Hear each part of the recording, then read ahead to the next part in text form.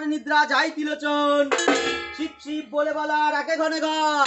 খাইয়া বান্ধুত্রা নিদ্রাই যাও ঢোলে সদানন গজানন দুই পুত্র কোলে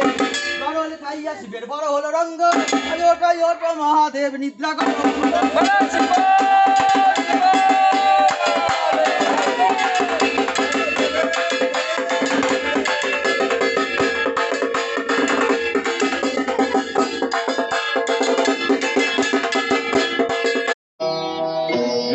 চন্দ্রচূড় ত্রিশূলধর সতীপতি শিব অতি সুন্দর নয়ন